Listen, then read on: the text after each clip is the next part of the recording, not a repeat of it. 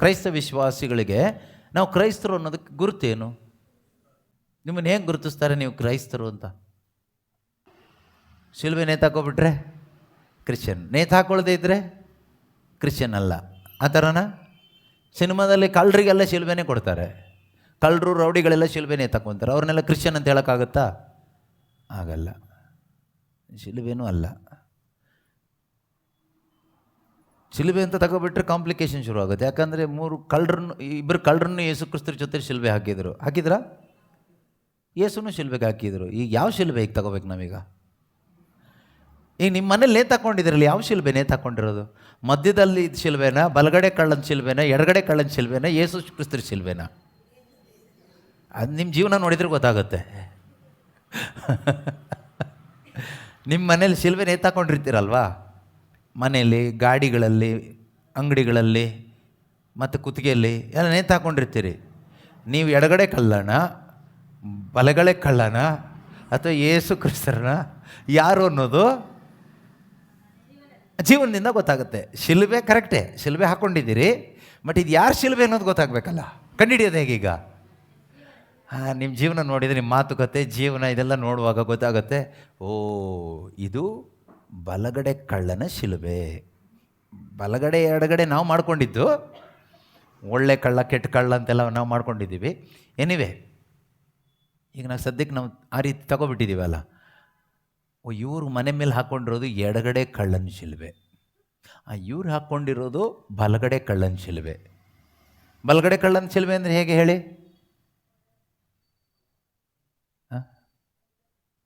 ಒಳ್ಳೆಯವನ ಜೀವಮಾನೆಲ್ಲ ಕಳ್ತನದಲ್ಲೇ ಇದ್ದು ಲಾಸ್ಟಿಗೆ ಮಾನಸಾಂತರ ಪಟ್ಟು ಕುಟುಂಬ, ಅದು ಬಲಗಡೆ ಕಳ್ಳ. ಎಡಗಡೆ ಕಳ್ಳ ಏನು? ಅವನು ಯೇಸು ಜೊತೆಗೆ ಇದ್ದಾನೆ. ಅವನು ಯಾರ ಪಕ್ಕದಲ್ಲಿದ್ದಾನೆ? ಚರ್ಚ್ ಪಕ್ಕದಲ್ಲೇ ಇದೆ ಮನೆ, ಪ್ರೇಯರ್ ಗ್ರೂಪಲ್ಲೇ ಇರ್ತಾನೆ. ಆದರೆ ಬರೀ ಅವನು ಮಾತ್ರ ಅವನು ನೋಡ್ಕೊಳ್ತಾನೆ. ನನಗೆ ಬೇಕು, ನನ್ನನ್ನು ಬಿಡಿಸು ನೀನು ದೇವರೇ, ನನ್ನನ್ನು ಬಿಡಿಸು. ಯೇಸುವೇ, ನೀನು ದೇವರಲ್ವಾ?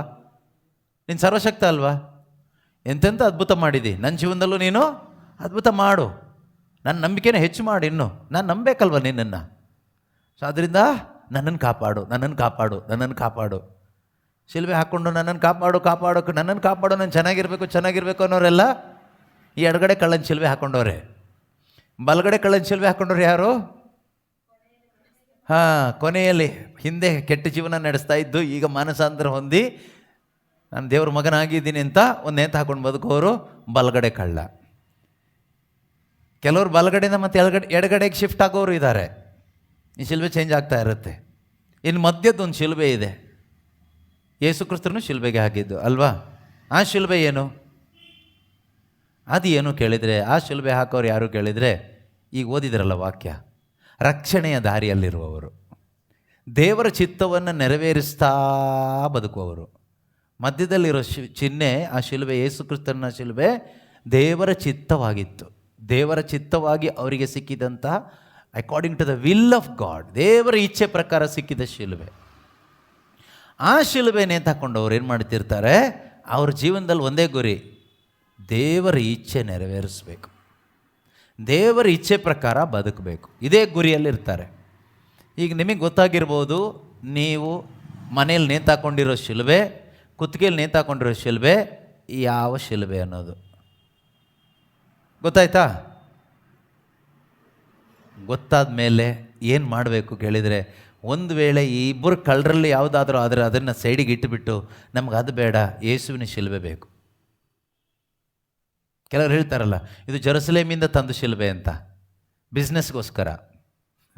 ಜೆರುಸಲೇಮಿಂದ ತಂದಿದ್ದಾದರೆ ಏನು, ಅಥವಾ ಬೆತ್ಲೆಹೇಮಿಂದ ತಂದ ಶಿಲುಬೆ ಆದರೆ ಏನು, ಎಲ್ಲಿಂದ ತಂದ ಶಿಲುಬೆ ಆದರೆ ಏನು? ನಿನ್ನ ಹೃದಯದೊಳಗಡೆ ವಿಶ್ವಾಸ ಅನ್ನೋದು ಇಲ್ಲದೆ ಇದ್ದರೆ ಯಾವ ಶಿಲುಬೆ ನೇತಾಕೊಂಡು ಏನು ಪ್ರಯೋಜನ? ಆದ್ದರಿಂದ ಒಬ್ಬ ಕ್ರೈಸ್ತನು ಅನ್ನೋದಕ್ಕೆ ಗುರುತು ಶಿಲುಬೆ ಅಲ್ಲ, ನೇತಾಕೊಂಡ್ರೆ ಶಿಲುಬೆ ಅಲ್ಲ. ಮನೆ ಮೇಲೋ, ಚರ್ಚ್ ಮೇಲೋ, ಬಿಲ್ಡಿಂಗ್ ಮೇಲೋ, ಗಾಡಿ ಮೇಲೋ, ಬಾಡಿ ಮೇಲೋ ನೇತಾಕೊಂಡ್ರೆ ಶಿಲುಬೆ ಅಲ್ಲ. ಮತ್ತೇನು ಗುರುತು? ಗುರುತು ಏನು ಕೇಳಿದರೆ, ಏನು ಗುರುತು? ಎಫೆಸದವರಿಗೆ ಬರೆದ ಪತ್ರಿಕೆ 4ನೇ ಅಧ್ಯಾಯ 30ನೇ ವಾಕ್ಯ ಓದೋಣ. ಏನು ಗುರುತು ಅಂತ? ಅದೇ ರೀತಿ ಎಫೆಸದವರಿಗೆ ಬರೆದ ಪತ್ರಿಕೆ 1ನೇ ಅಧ್ಯಾಯ 13ನೇ ವಾಕ್ಯನೂ 13-14ನೇ ವಾಕ್ಯನೂ ಓದೋಣ. ಏನು ಗುರುತು ಅಂತ ಏನಂತ ಓದಿದ್ದೀರಾ? ಎಫೆಸ 4:30 ಏನು ಹೇಳುತ್ತೆ?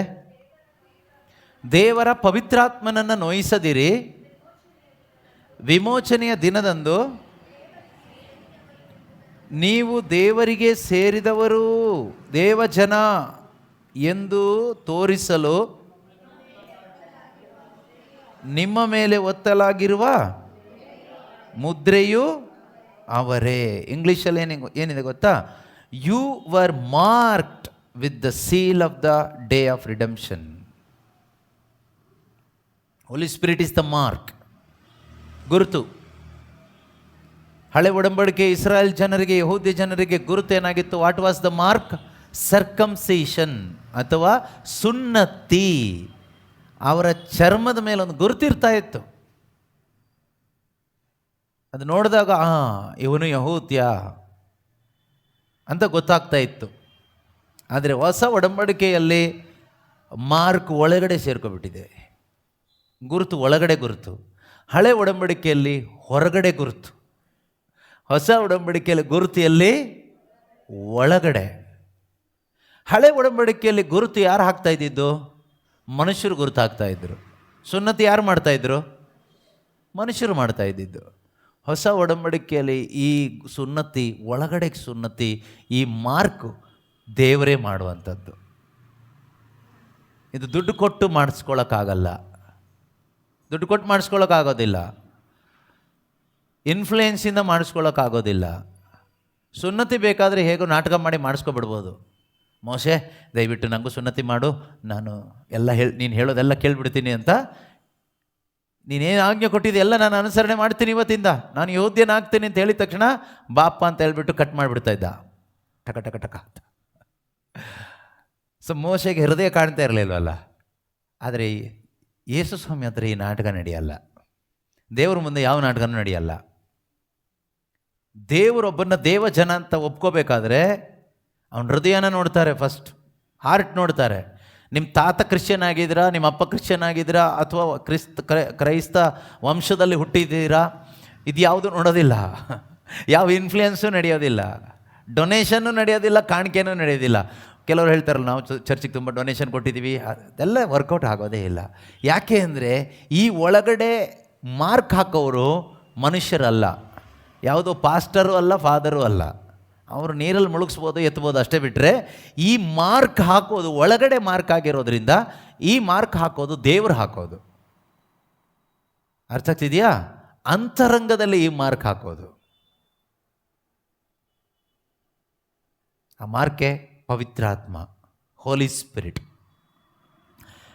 ಈ ಮಾರ್ಕ್ ಯಾರೆಲ್ಲ ಒಳಗಡೆ ಹಾಕ್ಕೊಂಡಿದ್ದಾರೋ ಅವ್ರಿಗೆಲ್ರಿಗೂ ರಕ್ಷಣೆ ಇದೆ. 13-14ನೇ ವಾಕ್ಯ ಓದಿ. ಎಫೆಸ 1:13. ಹಾಂ